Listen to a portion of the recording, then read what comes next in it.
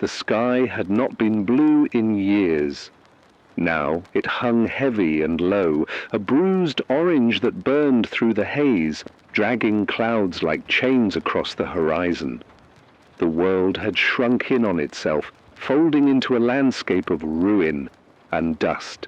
Cities I once knew were no more than hollow shells, skyscrapers tilted like fallen teeth, their glass eyes shattered and reflecting nothing but ash. Streets were cracked, their lines swallowed by weeds and sand, and vehicles lay abandoned, rusting into the dirt like carcasses of beasts long dead. Rivers had turned into gullies of cracked mud. The Missouri, once a pulse of life for millions, gaped open, barren and desolate. Reservoirs lay empty, save for a few stubborn puddles that reeked of rot. Lakes had shrunk to pools of green slime, and the air carried a metallic scent, dried iron from rusted structures mixed with the smell of charred soil and dead vegetation. The forests were skeletons. Once vibrant canopies had been stripped, bare by relentless fires, leaving behind a latticework of blackened trunks that creaked under the weight of the wind. Temperatures swung violently. Days scorched the earth, heat waves shimmering over asphalt, while nights fell into bone-deep cold. No forecast could predict the next shift, and each sunrise felt like a challenge, a question the sky itself asked. Do you have the strength to face this day? The clouds had begun to descend unnaturally low, curling toward the ground like smoke, a constant reminder that the world had tilted beyond its old rules. Rain, when it came, was poisonous, tainted with chemicals and ash, dissolving. The remnants of soil and burning exposed skin. Civilization had fractured. Governments no longer existed in any meaningful sense. Bureaucracies collapsed, and the institutions that once promised order, the police, hospitals, schools, were either abandoned or taken over by desperate factions. Small survivor enclaves persisted here and there, clinging to the bones of the old world. Some scavenged quietly, moving like shadows, taking what they needed without a word. Others were organized like warlords, using threats and violence to claim territory. Every day was a negotiation between trust and survival, and even familiar faces were suspect. Markets, if you could call them that, consisted of scavenged goods traded in whispers and gestures. Electricity flickered weakly in some pockets, powered by generators or solar panels scavenged from old homes, but most of the world was dark at night, lit only by fires, candles, or the faint glow of a dying moon. Radio towers still hummed occasionally, some with human voices clinging to static, others simply crackling with noise, the ghosts of communication. Landmarks had become unrecognizable. Bridges had collapsed, leaving only twisted steel over barren. Riverbeds, monuments were toppled or scarred by fire. Parks were overrun with weeds taller than a man, trees skeletal and grey. Roads vanished under layers of dust and sand, highways reduced to jagged scars cutting through a world of nothing. Even coastal regions had changed. The seas rose, then receded, leaving salt flats where beaches once stretched. Ports were rusted, skeletons, ships listing uselessly like drowned animals. Survivors moved cautiously.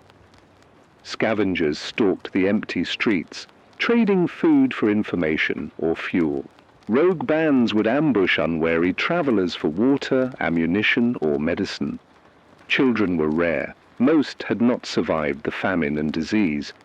Adults bore scars, both physical and emotional, their faces etched with despair, their eyes sharp with suspicion. Communities held together by trust were fragile. A single betrayal could ignite violence that razed what little stability remained. Amid this desolation, the earth itself seemed to pulse with quiet menace. Dust devils twirled over cracked fields. Forest fires smoldered endlessly. Lightning struck ash piles in the distance, unaccompanied by rain, and the winds carried whispers of storms yet to come.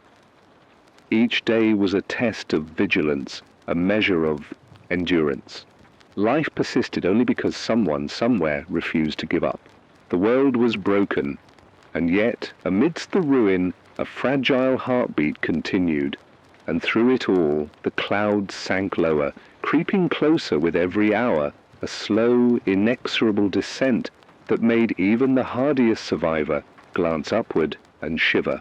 It was a sky unlike any before, a reminder that the collapse was not just around us, but above us, pressing down, bending the world to a new order, one in which survival was not guaranteed, and hope was as thin and fragile as the air we breathed. I used to have a name that mattered. Somewhere, in a world that no longer exists, it carried weight, familiarity, recognition. Now it's just a murmur in the static, another voice in a sky that doesn't care to listen. My friends called me Adrian Moore, or maybe that was who I was before. Before the skies burned, before the rivers dried, before the clouds began to sink to the ground like molten lead.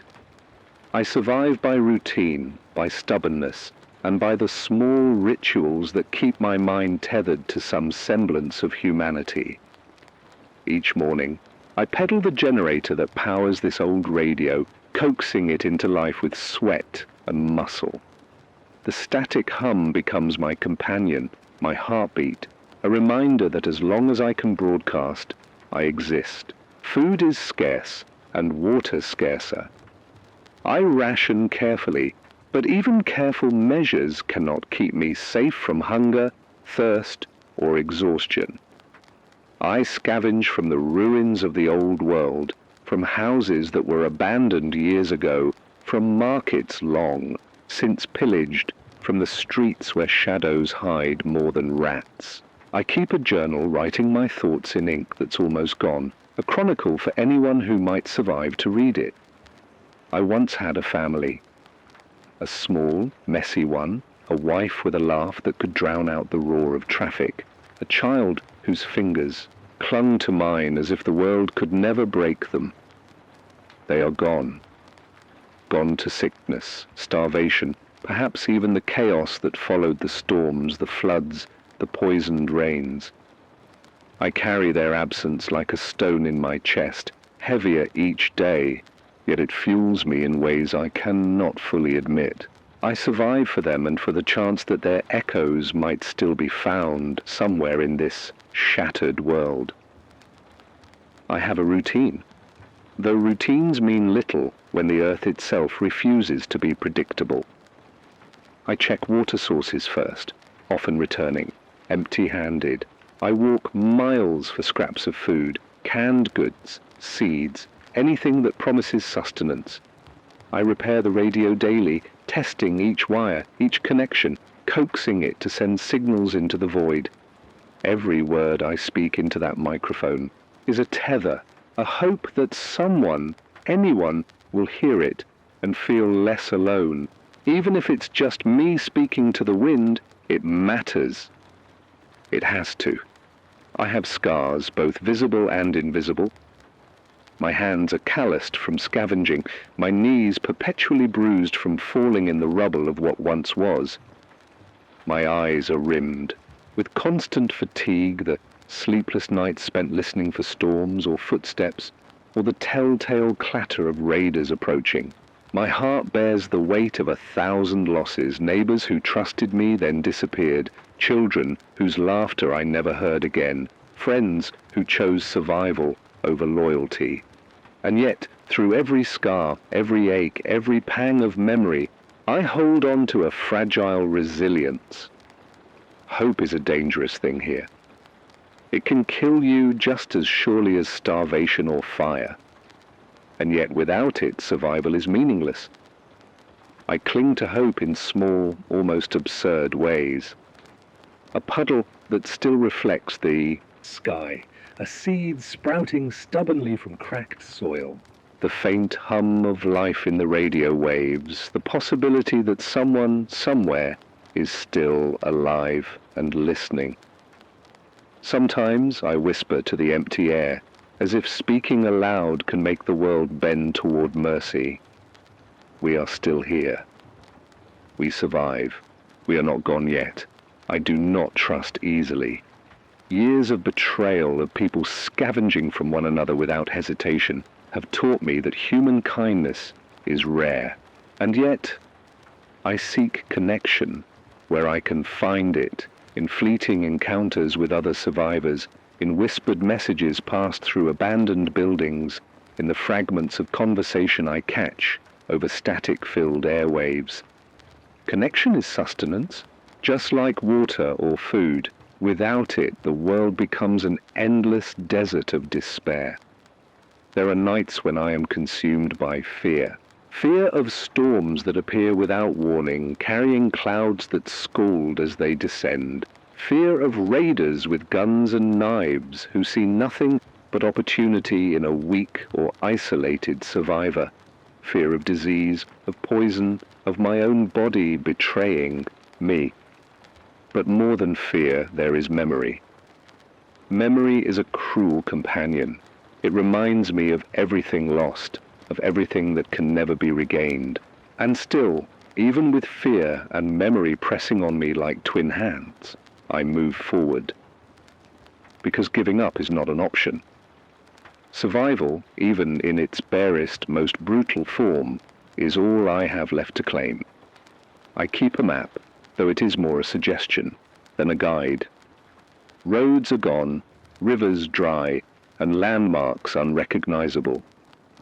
The world has shifted beneath my feet, literally and figuratively. I mark each place I've scavenged, each broken building, each patch of safe ground. I note rumors I hear in hushed tones, a community with clean water to the north, a hidden grove where fruit trees have survived, a group of scientists who might have answers. These are whispers in the wind, but they are enough to keep me moving, enough to keep my legs from collapsing in exhaustion, enough to keep my heart tethered to something beyond mere survival. I am a chronicler now, a voice in the void, a witness to the unraveling of everything humanity once held dear. Each broadcast is an attempt to reach the world that is gone, to remind anyone listening that even here, in the ruins, life clings stubbornly to the edge. My voice cracks sometimes. Fatigue and grief have their way of piercing even the strongest walls. But I speak on, because someone must. Because if I do not, if I surrender to despair, then the silence that falls will be absolute, and the story of us, the story of human endurance, will vanish entirely. And yet, despite all, there is a stubborn thread of light. It appears in small ways, the first stars piercing the orange haze at night, the faint green of weeds growing through concrete, the soft hum of life persisting where it should have died. That thread is fragile, yes, but it is enough. Enough to keep me walking, scavenging, broadcasting. Enough to remind me that even in a world pressed down by the weight of sinking clouds, even in a landscape of ash and ruin, survival is possible. That perhaps, somewhere, hope has not entirely fled. I am Adrian Moore. Once a man of family, of routine, of a world that made sense. Now I am a voice, a survivor, a witness. I pedal my generator. I speak into the static. I walk the ruined streets, and each day I choose to keep moving forward. Because survival is not a choice. It is a promise. A promise to the past, to the memories, and to the faint, flickering possibility of a future. And as long as I breathe, that promise endures. The sky had been falling for months, though not in the way anyone could have predicted. Clouds weren't above us anymore. They were sinking, sliding toward the cracked earth, as if gravity had changed its mind. At first, it was subtle, shadows stretching longer, fogs forming unnaturally close to the ground, the humidity clinging to your skin like a second layer. Then the rains came, but not water. Ash, chemical residue, toxic particles from the burning forests and refineries, all mixed into a choking slurry that pelted rooftops and scalded the skin. The weather became a predator, unpredictable, unrelenting, and utterly indifferent to human life. I walked the streets, scanning the horizon, hoping to find signs of anything useful, a crate of canned food, a forgotten bottle of water, even an intact battery. Each day is a gamble. Yesterday, I came across a small group of survivors scavenging from a collapsed apartment block. They were wary, eyes sharp and hands on weapons, evaluating me with the same suspicion I held for them. Words were exchanged cautiously. Names, as always, were a liability. Trust is currency more valuable than food or water, and just as dangerous. One misstep, a gesture, a tone, a glance, and survival can turn into death. The Missouri River, what remained of it, was a scar across the land, a gaping wound of cracked mud, dotted with pools of stagnant water, green and foul. No longer a lifeline, it was a cemetery, a graveyard for anyone who had counted on its generosity. Every day I scanned the banks for signs of moisture, or animals, or other humans, any clue that might hint at survival. But life is scarce. Birds circle lazily, and when they land, it is only to pick at carrion. The wind carries the scent of decay, a blend of rot, burnt earth, and chemicals. Food is harder to come by than water. Canned goods are rare and heavily guarded. When I venture into abandoned stores or warehouses, I am constantly aware of the possibility of other scavengers. Raiders have become smarter. They travel in groups armed with makeshift weapons or scavenged firearms. They strike quickly, taking what they need, leaving chaos behind. I've been chased before, forced to hide in the skeletal remains of a factory, until my lungs burned and my legs ached from standing perfectly still. Fear is a constant companion, its weight pressing down with every step. Fuel is another concern. My generator keeps the radio alive, and the radio is my lifeline, not just for hope, but for practical information. A broadcast can warn others of storms, of raiders, of safe water sources, but each liter of gasoline is precious. I ration it carefully, scavenging from abandoned vehicles or the occasional intact service station, but even then it barely keeps. The light's on long enough to maintain a connection with the outside world. The science behind what is happening is both fascinating and terrifying. The clouds sinking to ground level are the result of an atmospheric collapse we only theorized about in the old days. The stratosphere has thinned, the troposphere has thickened, and convection currents have gone haywire. Heat trapped in the lower atmosphere causes air masses to sink, dragging moisture, and in our case, ash and chemical particulates, down with it. Combined with deforestation and unregulated industrial waste, the sky itself has become an agent of destruction. It is no longer a protective layer. It is an enemy. Temperature swings are extreme. Daytime can scorch the land to over 120 degrees, baking whatever moisture remains from the soil. At night, the absence of heat retention causes temperatures to drop sharply, sometimes below freezing.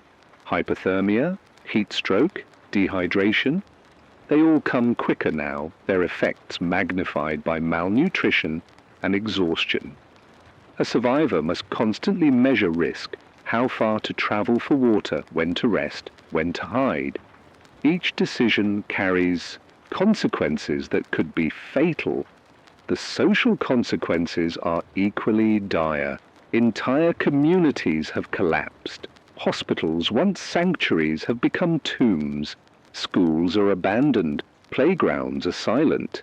Survivor groups are fractured along lines of mistrust. Some follow old hierarchies, trying to maintain order in small pockets. Others embrace anarchy, looting and killing without hesitation. I've seen both, and I've learned that survival sometimes demands choosing neutrality, moving silently, observing, and never staying in one place too long. Human conflict is not limited to raiders. Simple desperation drives violence.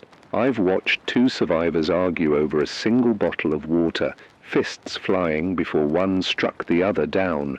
Communities that cling to civility do so only because they enforce it ruthlessly. Morality is fluid. The world has no time for sentiment. And yet, even amidst all this, small acts of kindness persist. A shared meal, a warning shouted across a river, a bandage offered to a stranger. These moments are fleeting but priceless. Reminders that humanity has not entirely vanished. Water scarcity is becoming catastrophic. Wells are contaminated, rivers are dry or poisoned. I carry filtration devices scavenged from the old world, but filters wear out quickly and replacement parts are non-existent. Boiling water requires fuel I do not always have. Every sip is calculated, every drop a risk assessment. Dehydration is subtle at first, dry mouth, fatigue, headache, but it accelerates rapidly, leaving survivors weak and vulnerable. Food scarcity is no less severe.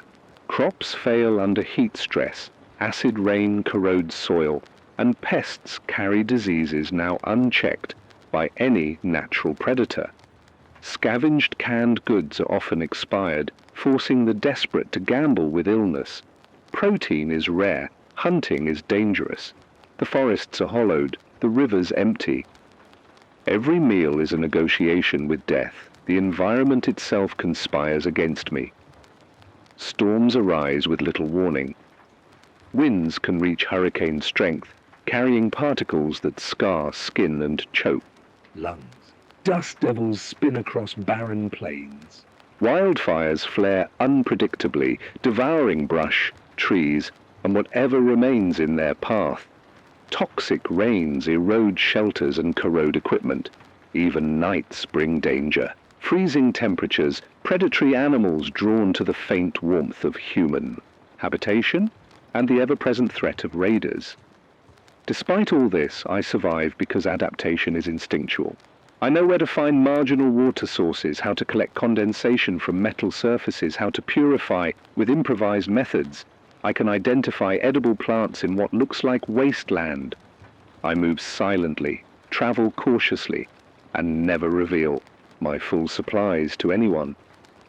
Science, observation, and experience are my weapons as much as any knife or firearm. Yet even with all precautions, the world grows harsher each day. The soil cracks further, rain grows more toxic, the sun bleaches the bones of trees and animals alike. Each day requires more effort, more energy, more risk. Survival is no longer guaranteed. It is a constant negotiation, a delicate balance of knowledge, instinct, and luck. And the sky continues to fall. As I walk past the skeleton of a town, the streets are littered with abandoned homes, vehicles tipped into gutters, and the skeletal remains of those who tried but failed. Windows are broken, doors missing, graffiti layered over one another. A visual diary of desperation. Somewhere, a child's toy lies half buried in dust, a reminder of innocence lost. I pause for a moment, letting the silence settle over me. The wind carries the faint hum of distant fires and the ever-present whisper of clouds inching lower. This is the world I navigate.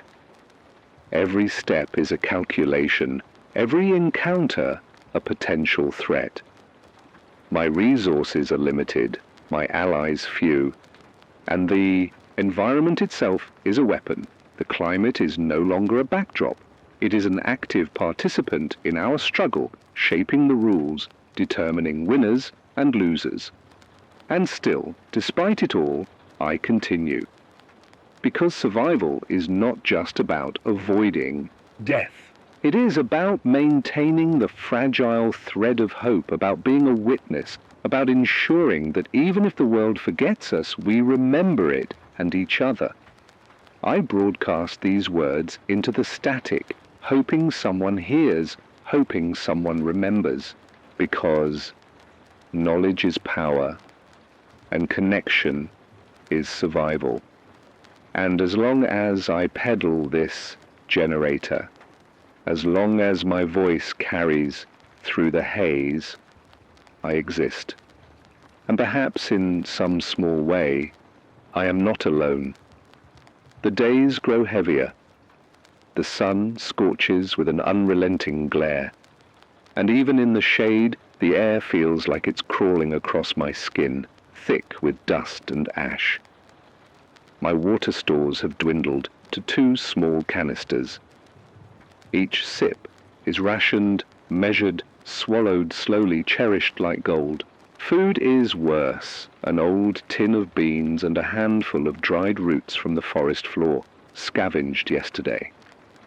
Even fuel for the generator is nearly gone, and every time I run the radio, I calculate the minutes carefully. The static hum is my lifeline, my tether to something beyond this wasteland, and yet I can't let it consume the little I have left. I've heard the whispers again, drifting through the radio's crackle. Other survivors are talking, rumors of a hidden water source far to the north, past the burned-out factories and cracked plains. Some say it's a spring, fresh and untouchable by the devastation.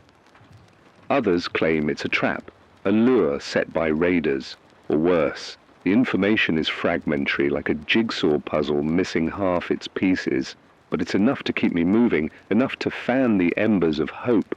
And hope, even the faintest, can be a lifeline in this world. I packed what I could carry, the generator, a few tins of food, my water canisters, a backpack with scavenged tools and a small collection of maps.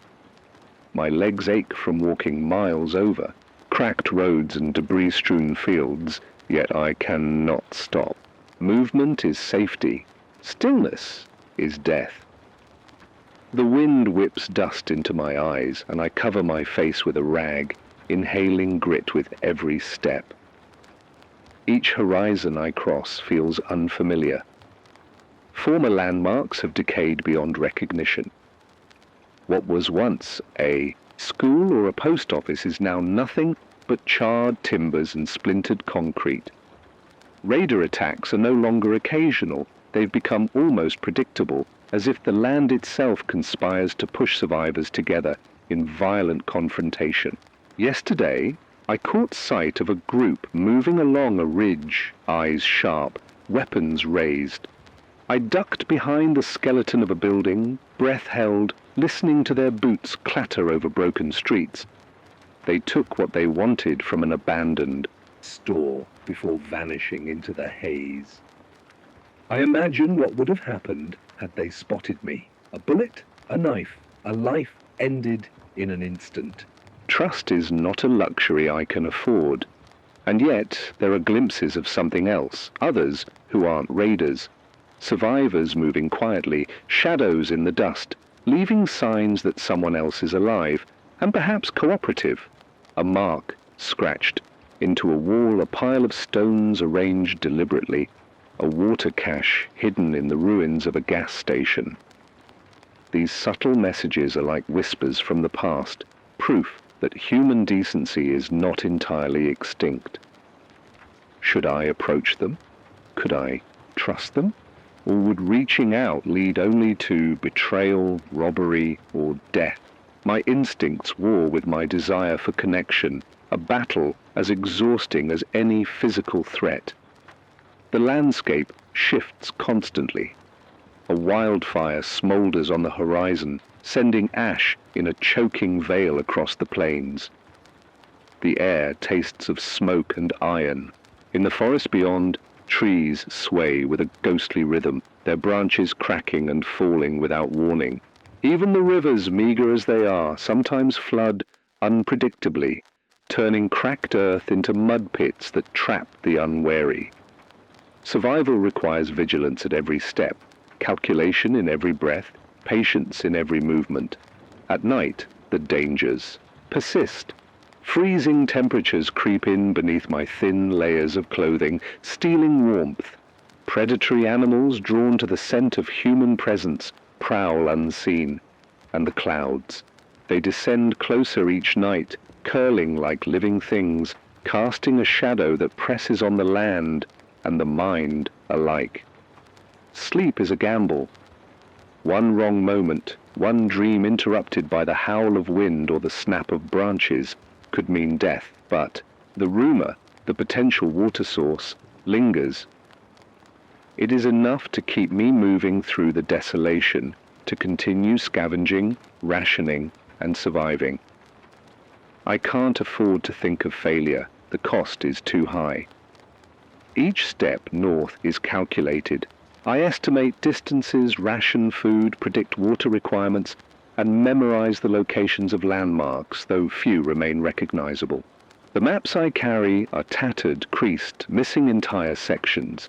Yet they are better than nothing, and in this world nothing is often all you have. As I move, I encounter the traces of other lives, the skeleton of a home, a scorched car, a child's toy partially buried in dust.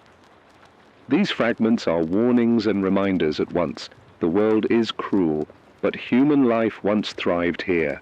I talk to the ghosts silently, sharing my journey aloud, keeping my voice alive in the stillness.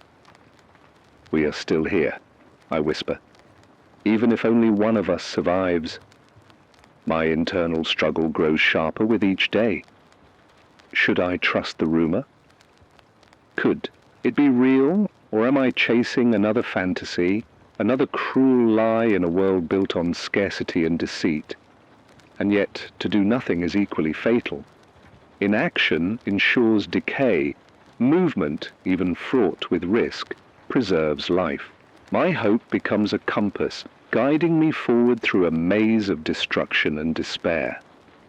Encounters with other survivors are rare, but impactful. One evening, I spotted a figure on a ridge, silhouetted against the setting sun.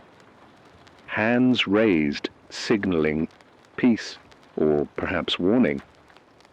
I approached cautiously, staying in the shadows, assessing. The figure was young, thin, wary, and carrying a small pack. She didn't speak, but motioned toward a narrow path leading north. I debated whether to follow or retreat. Trust is fragile, and yet I had learned that in this world, isolation is often a death sentence. Following her, I discovered a hidden cache of clean water, carefully protected from the elements and from scavengers. Hope, tangible and bright, burned briefly in my chest. Even with small victories, the climate does not relent. Dust storms rise suddenly, sweeping across the plains with little warning, stripping skin, choking lungs, filling every crack and hollow with abrasive grit. Rain, when it comes, is acidic, burning through clothes and corroding exposed metal. The land is alive with threats, each step a negotiation with forces far beyond my control. My muscles ache, my throat burns, my mind strains to remember every safe route, every landmark. Every decision carries weight. Technology is scarce, but indispensable. The radio remains my most powerful tool, a lifeline to the unknown. Even brief contact with other voices, static-filled warnings, messages of survival, rumors of water and refuge can change the course of a day or a life. Each broadcast is a calculated risk. Revealing too much may attract danger, yet silence isolates me entirely. Every word is chosen carefully, balancing hope, warning, and survival. At night, alone, I reflect. Memory claws at me relentlessly. The laughter of my lost family, the warmth of a home that no longer exists, the faces of those I've seen die in these streets. My resolve is tested continually, oscillating between despair and the stubborn thread of hope that keeps me walking. I question my motives. Am I driven by hope, by guilt, by the faint whisper of legacy? Or am I simply surviving because the alternative is unthinkable? The new mystery, the water source, becomes almost an obsession. Maps, whispers, and sightings guide me, but the path is treacherous. Raiders patrol the outskirts, keen to claim resources for themselves. Predators hunt the few remaining animals, making hunting dangerous. Environmental hazards are relentless. Quicksand like mud, scorched earth, sudden floods, falling debris from weakened buildings. Yet, the possibility of water, clean and abundant, ignites a spark stronger than fear. I can't stop. To stop is to surrender, and so I continue day after day. Each step is measured, every interaction weighed. Hope and danger exist in equal measure, intertwined like the roots of a stubborn tree clinging to cracked soil. I move cautiously, scavenging, rationing, observing, surviving. And through it all I keep talking, broadcasting into the static, speaking to the void, maintaining the fragile connection that reminds me I am not entirely alone, because even amidst dust, ash, raiders and storms there is something else, a glimmer, faint and fleeting but present. Something worth moving toward, worth fighting for. A possibility, however distant, that survival is more than endurance, that there may yet be life beyond the ruins, a future that has not been entirely swallowed by the falling sky. I reached the ridge just as the clouds above me began their descent, a molten grey wall pressing closer to the cracked earth, swallowing the horizon. The rumour, the hidden water source, had led me here, miles beyond any familiar landmark. My legs were a tangle of exhaustion, muscles trembling from the relentless miles, my stomach gnawing with hunger. Every breath was thick with ash, every step a negotiation with gravity and the unforgiving land beneath me. Yet I kept moving, drawn by hope so fragile it could shatter with the slightest misstep. Ahead, through the haze of settling dust, I could see it. A glimmer, a shimmer of silver blue among the grey, like the memory of a river in a world that had long since forgotten what water looked like. I froze for a moment, afraid it was a mirage, a cruel trick of my desperate mind. But the shimmer persisted, reflecting the faint light that still struggled to pierce the thick clouds above. I moved closer cautiously, scanning the surrounding ruins for threats. Raiders, scavengers, predatory animals, any of them could appear at any moment. As I crested the final rise, the reality struck me. A small community had carved a sanctuary here, hidden among jagged cliffs and thick stands of resilient trees. Makeshift dwellings built from salvaged materials dotted the landscape. Smoke spiraled, gently, from a communal fire, and I could hear voices, laughter, cautious but alive, the sound of life persisting where death had long claimed dominion. And at the center, a pool of water, clear and unspoiled, reflecting the sinking clouds above. It was real. The rumor was true. Relief surged through me, but it was quickly tempered by caution. I had learned the hard way that nothing good in this world came without risk. As I stepped closer, the voices stopped.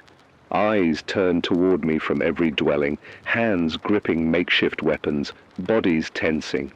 I raised my hands, showing I meant no harm. I'm just here for water, just like anyone else, I whispered to myself, hoping my posture conveyed honesty. One figure, taller than the rest, approached cautiously. She was middle-aged, with streaks of grey in her hair, eyes sharp and assessing. "Who are you?"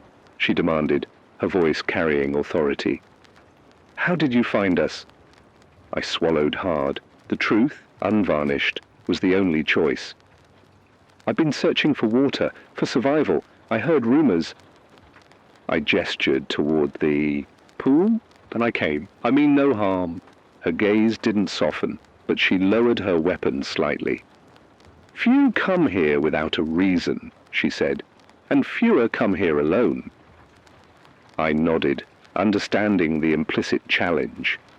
Trust was earned, not given, and yet I had no other choice but to step forward. Hunger, thirst, exhaustion, they had brought me to the precipice of collapse. I could either retreat into the wasteland or take a risk and step into the unknown. I was halfway to the community when the first signs of disaster appeared.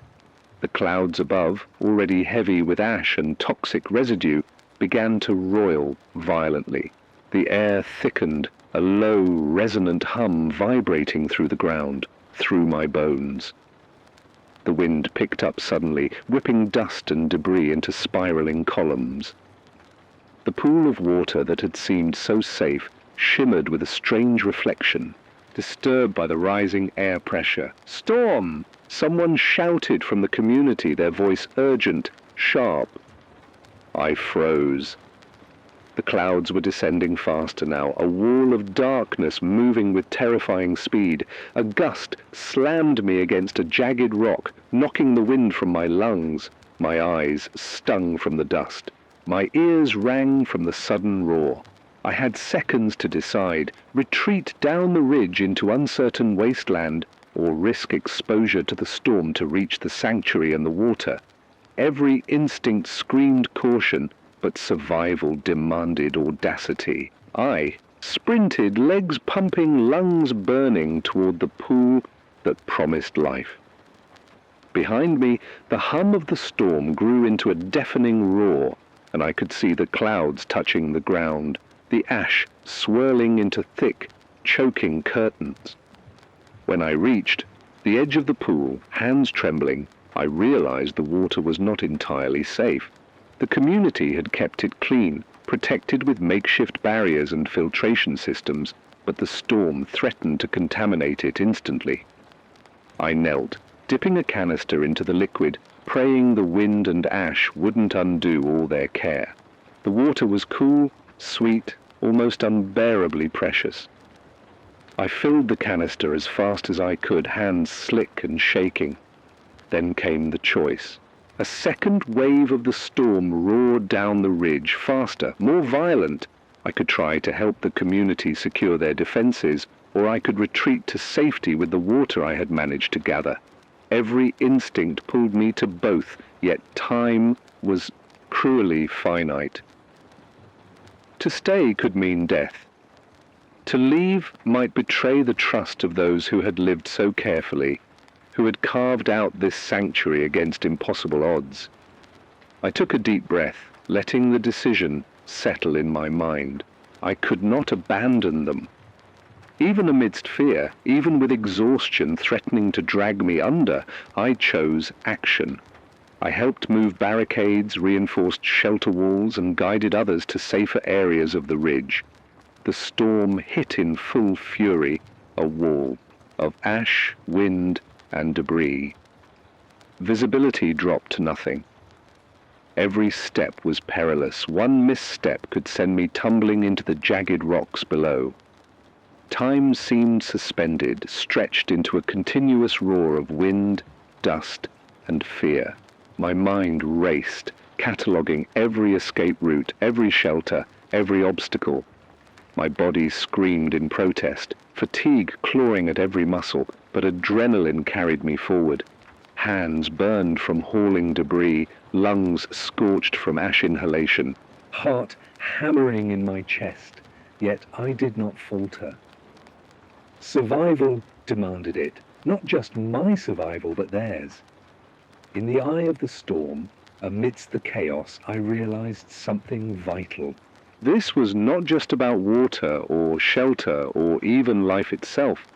It was about connection, about trust, about choosing to act when inaction would mean betrayal of humanity itself. I had survived alone for months, months of dust, hunger, and fear. But this moment required something more. It required commitment, courage, and an acknowledgement that survival was not merely physical. It was moral, emotional, and social. The storm passed as suddenly as it had arrived, leaving a thin veil of ash over the ridge. Silence descended, heavy and almost reverent. The water was safe, the community intact, though the landscape bore new scars from the chaos. I slumped to the ground, exhausted, soaked in sweat and grime, feeling the weight of what had just occurred settle over me. I had survived, yes, but survival now felt different. It felt like responsibility, like a promise renewed. I looked around, at the survivors, their faces smeared with ash, relief and disbelief etched across their features. We had endured the storm together. A fragile sense of camaraderie, tenuous but undeniable, bound us. And in that moment, I understood the truth I had been evading for months. Survival was never just about avoiding death. It was about keeping hope alive, about protecting it fiercely, about ensuring that even in the harshest conditions, life and humanity could persist. I spoke into my radio then, voice raw from exertion and dust, broadcasting the discovery, the warning, the knowledge of survival. I shared the coordinates of the water, careful not to reveal everything, aware that others might be listening with less noble intentions. The hum of the generator, strained but steady, was a chorus to my words, a testament to endurance. Somewhere, someone heard, and the thread of connection stretched outward, fragile but unbroken. As I collapsed against the edge of the pool, letting the cool water sluice over my hands, I realized the storm had given me clarity. The world outside was still dangerous, unpredictable, cruel. But in that fleeting sanctuary, I glimpsed the possibility of more than mere endurance. I glimpsed the chance to rebuild, to protect, to act with purpose rather than desperation. The clouds above remained heavy, but they no longer felt like an immediate threat. For now, at least, survival was tangible. Hope, sharp and precarious, had returned to my chest. And I knew, with every fiber of my exhausted, battered being, that whatever came next, raiders, storms, scarcity, I would face it not as a solitary voice in the void, but as part of something larger, a witness and participant in the fragile, enduring story of humanity. The storm had passed, leaving the ridge shrouded in a thin, eerie veil of ash. The air tasted metallic, a mixture of burned soil, scorched wood, and the lingering tang of ozone from the turbulent winds. Silence settled, heavy and almost reverent, broken only by the occasional crack of weakened branches and the soft murmur of survivors checking each other for injuries. For the first time in days, I dared to breathe without fear, though each inhalation reminded me how fragile life truly was. The water pool, once shimmering and promising, now bore subtle signs of the storm's fury.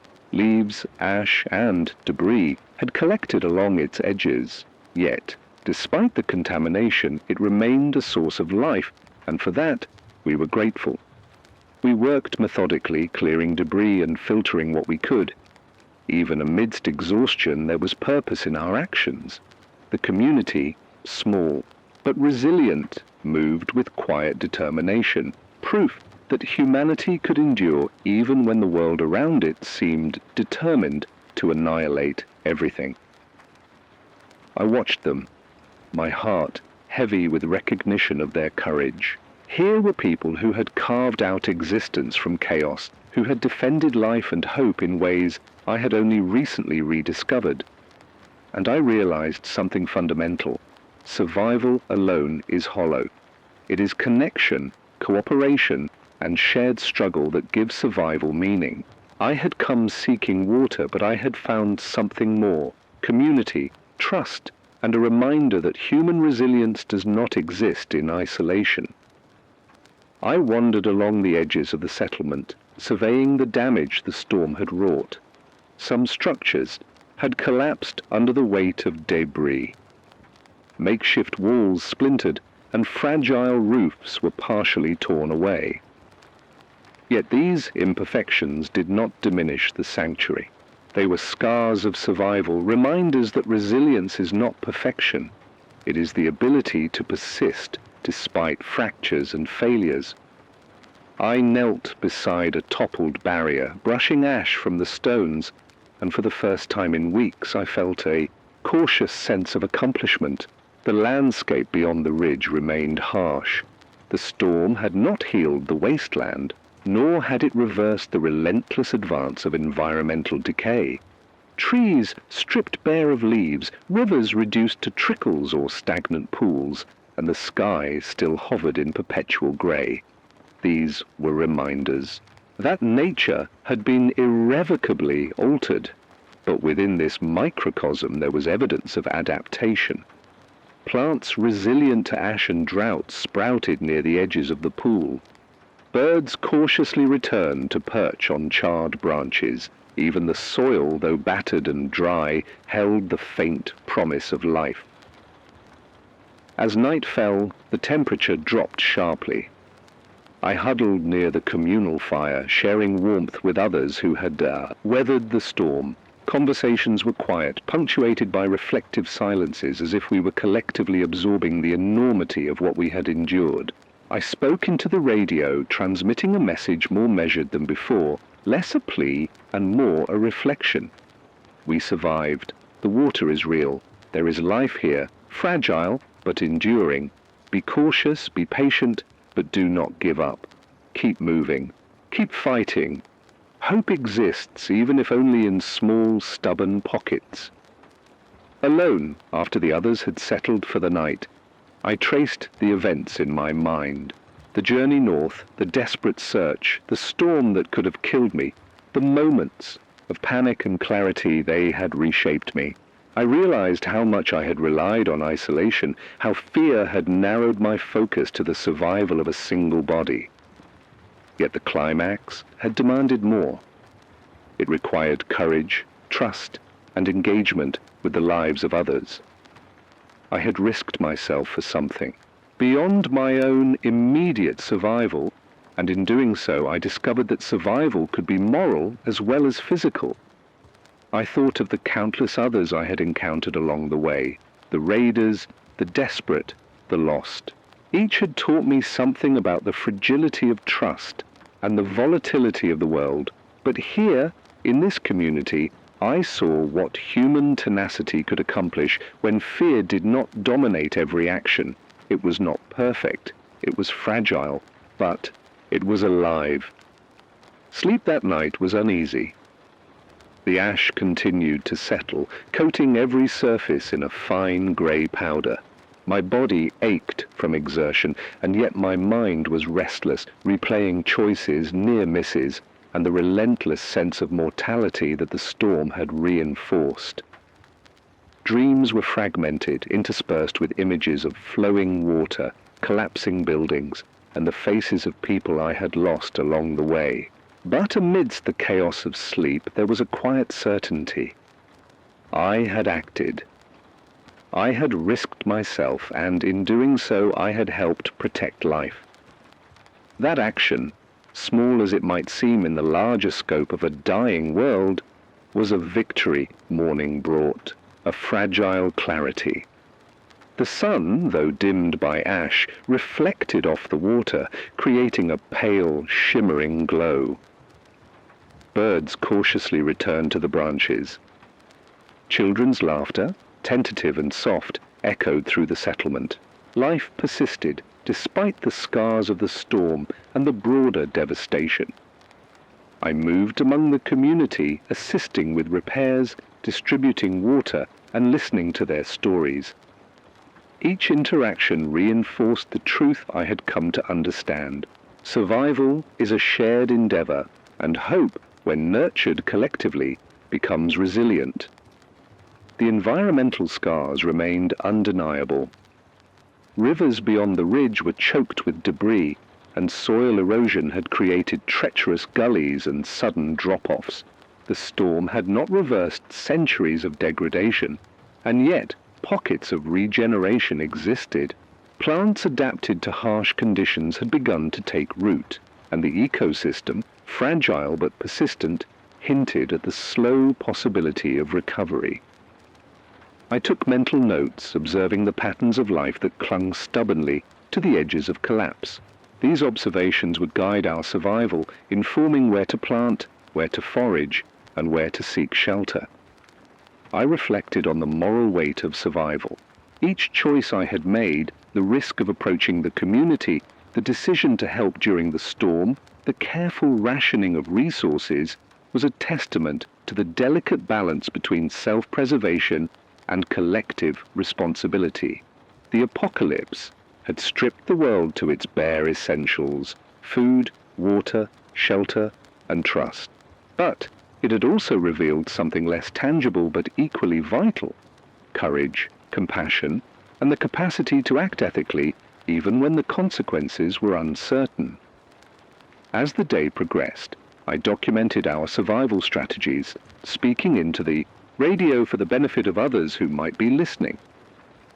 Shelter together where possible, I instructed. Keep water sources protected, and do not underestimate the power of cooperation. Even in the most devastated regions, human ingenuity and solidarity can turn scarcity into survival.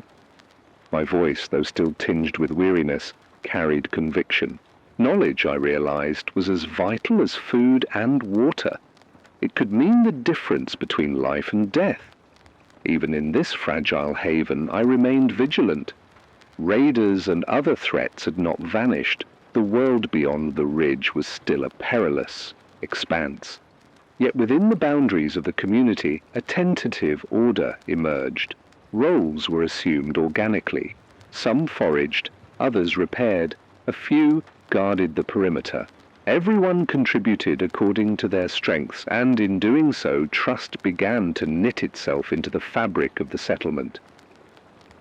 In quiet moments, I reflected on the journey that had led me here, the miles of desolate land, the encounters with the desperate and the violent, the near misses with death, and the moments of fleeting hope. I realized that survival was not linear. It was cyclical, punctuated by crises and recoveries, by despair and triumph. Each moment of reflection reinforced the fragile but undeniable thread that connected life to purpose. The ridge, once a barren expanse under oppressive clouds, had become a vantage point of both danger and possibility. The storm had tested us, reshaped our understanding of risk and resilience, and ultimately revealed that even amidst the collapse, life could persist when courage and cooperation converged. I stared at the horizon, where the clouds lingered but no longer seemed suffocating, and felt a quiet determination settle in my chest. The world outside remained harsh, unpredictable, and unforgiving. But here we had carved out a space to endure, and that endurance was proof that hope, though fragile, could still exist. I returned to the water pool, cupping my hands and letting the cool liquid wash over my face. Each drop was a reminder that survival was not merely about avoiding death. It was about preserving life in all its forms against overwhelming odds. The community's laughter, the murmur of conversation, the faint flutter of birds, all were affirmations that the apocalypse had not extinguished humanity entirely, and in that reflection I found something I had thought lost forever: a sense of purpose. As night fell, I spoke once more into the radio, my voice steady and deliberate. We are here, we survive. The world is harsh, the future uncertain, but Even now, hope is possible. Protect it, nurture it, and keep moving. Life persists, and so must we. The static crackled in response, a reminder that out there, beyond the ridge, other voices might be listening, drawing courage from ours. Aftermath of the storm and the revelation of the water source had altered everything, yet nothing had fully healed. The wasteland persisted, and survival remained tenuous, but in the quiet reflection of the ridge, amidst ash, water, and human persistence, I understood a truth that would guide me forward. Even in devastation, life could endure, and hope, fragile though it may be, was never entirely lost. I don't know if anyone is listening, not really. Out there, beyond the static and the ash-choked air, there might be others who hear this voice, others who cling to survival by the thinnest thread, or perhaps there's nothing, only silence broken by wind and dust. And yet, I speak, because speaking is a way of keeping something alive, something far more enduring than my own fragile body. Hope. The ridge is quiet tonight, almost unnaturally so. The storm has passed. The survivors sleep in their makeshift shelters, and even the ash seems to settle more gently. I sit beside the pool, cupping water in my hands, letting it trickle through my fingers. Each drop is precious, a small victory in a world that has taken almost everything. I realize that survival is not a singular achievement. It is a mosaic of tiny triumphs, stitched together with determination and stubbornness. The landscape beyond. Our sanctuary remains a wasteland. Rivers are shallow, rivers that once carried life now reduced to meandering threads of mud and silt. Forests, where they exist, are patchwork remnants, blackened and brittle from fire, stripped bare by wind and heat. Cities, the monuments of human ambition, lie in ruin. Concrete shells, skeletal remains of skyscrapers, streets fractured and deserted. Yet within this devastation, the threads of possibility persist. A sapling pushes through a crack in the rock. A bird perches on a charred branch, singing a hesitant melody. Life finds a way, even when the world seems bent on erasing it. I think of the choices I made to reach this point. The decision to approach the hidden community, the gamble of helping them during the storm, the risks I took to secure water, all could have ended in failure, in death. Yet here I am. And though I have survived, survival alone feels insufficient. It is the connections forged, the small acts of courage and trust that give weight to endurance. Without them, life is hollow. With them, even amidst ash and despair, life retains meaning. Tonight I speak not just for myself, but for the others, the ones who sleep, who fight, who persist. Their courage has become my own. I have seen what humans can endure, and I have seen what they can rebuild, even on the edge of annihilation. And yet I know the world beyond this ridge offers no guarantees. Raiders prowl, disease lingers in stagnant water, storms are unpredictable and unrelenting, scarcity is constant, food and fuel remain precious, water precarious. Each day is a negotiation with death, a careful balancing act between risk and reward. But there is something else now, something subtle yet undeniable, a spark.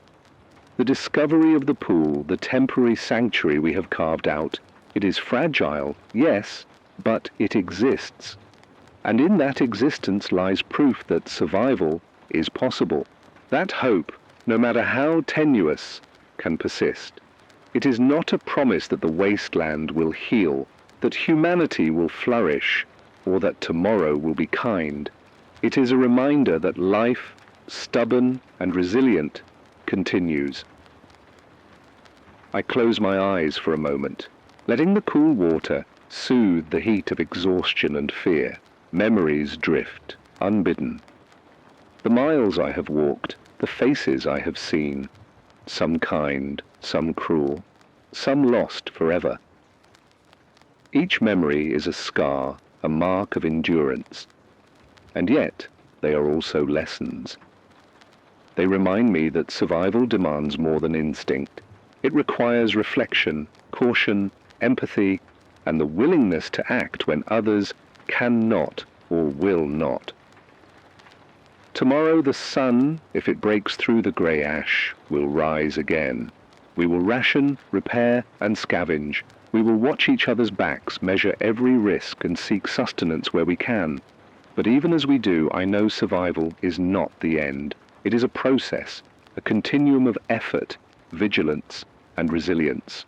And in that process there is a beauty that the world has not yet extinguished, the ability to endure, to persist, to find meaning in the struggle itself.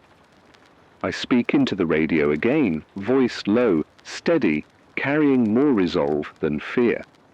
If you hear this, know that you are not alone. Even in the ash, in the dust, in the endless grey, there is life. There is water. There are others who fight, who care, who refuse to let the world slip entirely into ruin. Do not give up. Protect what you can, and nurture what little hope you find. It is all that remains and all that matters. There is no grand resolution, no restoration of the world we once knew. The cities, the forests, the rivers, they are shadows of memory. But within this microcosm, amidst the survivors, the water and the fragile shelter, life persists. And that persistence, however small or precarious, is victory enough. I rise from the edge of the pool, inhaling the heavy ash-laden air. The wind rustles through the skeletal trees, carrying a whisper of possibility. I look to the horizon, where the clouds hover low and threatening, yet no longer entirely oppressive. Somewhere beyond them, perhaps the world continues, chaotic, dangerous, uncertain, but here, in this place, life endures. That is what I hold on to, the conviction that even in devastation we can act, we can endure, and we can protect the fragile. Flame of hope, and so I will keep moving. I will keep speaking into the static, documenting what survives, guiding what I can, and guarding the fragile truths of life in a world that has forgotten mercy. The wasteland beyond the ridge is unforgiving, but within it there are pockets of humanity, of water, of perseverance. I will seek them, protect them, and share their existence, knowing that survival is not merely about breathing, it is about leaving a mark, no matter how faint, upon the world that remains. For now, I have enough to endure another day, enough to fight for one more sunrise, to help the fragile community persist, to record the stories of survival that may, someday, guide others. Life is tenuous, hope is delicate, but as long as I breathe, I will persist. And perhaps somewhere out there, someone else is listening, drawing strength from the same fragile spark that keeps me alive. Stay alive, stay human. The world might be broken, but we are not gone, and as long as we are breathing, we still have a chance.